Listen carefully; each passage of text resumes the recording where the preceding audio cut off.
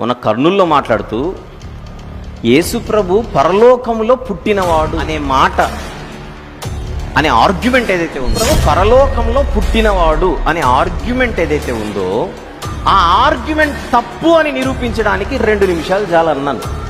ఆ 2 నిమిషాలు అనే మాట ఈ 2 రాష్ట్రాలను కదిలిస్తుంది.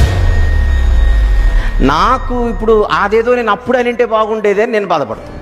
ఎవరైనా, నేను ఆ రోజు అదే అన్న కర్నూల్లో, నేను నిలబడితేనే 2 నిమిషాలు అనుకోకండి, నేను ఎవరు నిలబెట్టినా 2 నిమిషాలని.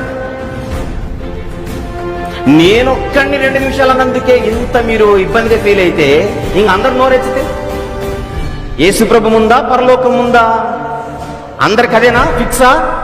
మరి యేసుప్రభు పరలోకం కంటే ముందున్నవాడైతే మరి పరలోకంలో ఎలా పుడతాడు? That's all your all.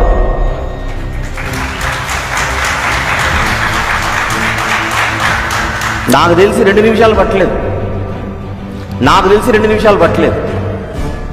ఇప్పుడు చెబుతాను అసలు సంగతి. ఇప్పుడు నేను సైలెంట్ అవుతాను, ప్రజలు నోరు ఓపెన్ చేస్తారు.